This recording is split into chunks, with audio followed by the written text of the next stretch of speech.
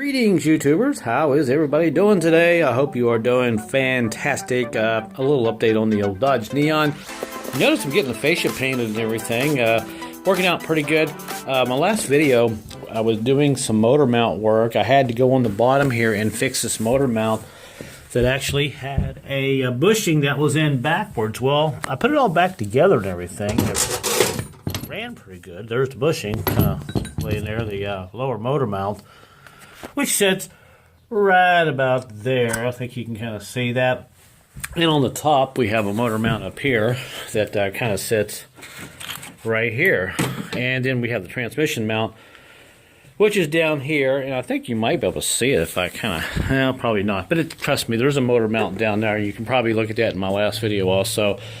I still had a little bit of vibration. I'd hear it now and then, and it kind of got worse over the last day or so. And a lot of people don't realize this Neon from 2002 to 2005 has four, count them, 1, 2, 3, 4 motor mounts.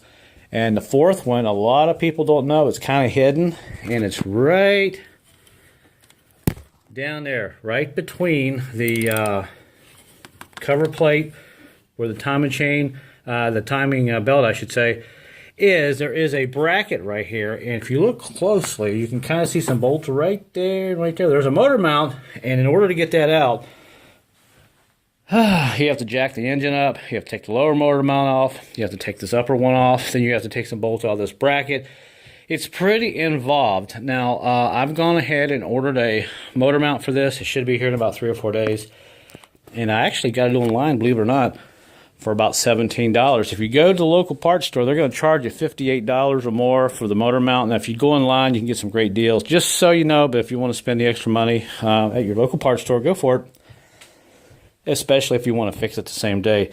I just wanted to show you guys, if you still have vibrations in your engine after replacing the visible motor mounts that you can obviously see, the one on the top that sits right here, and that one on the bottom, and if you know the transmission mount is okay, and you still have vibration, well, right down there, the PT Cruisers, all the Neons, a lot of them have this. Now, back in the 90s, they didn't have a motor mount that sit down here. They still had the motor mount up here on the top, kind of like this. So just so you know, I would make a little video today, let you know about that. Other than that, it's going pretty good. I've got my matching paint coming here in a day or so in a little spray can. And I got an extra fog light coming. And it runs great. I don't have any leaks or anything. I'm real excited to drive it. I was going to sell it, but, you know, I've decided to keep it and drive it for maybe a month or so because I really like the thing. It rides really great. Transmission's just really, really good. Now, I'm going to, in this video here, I think I put a picture of what that motor mount looks like right down there. I'll do it again. Right there's a picture of it. And it's kind of a round deal, kind of a weird looking thing. So if you have any vibrations in your engines and you know all your other motor mounts are good and you can visually see them and inspect them, right down there is going to be your other motor mount you'll probably have to replace. Now, let me see if I can grab a screwdriver real quick before I end the video. If you look closely, I can move part of that motor mount right there. Let me see if I can see that right there. Part of it's still sticking out right there. But I'll do a complete video on this when my new motor mount comes in. I'll show you how to replace it.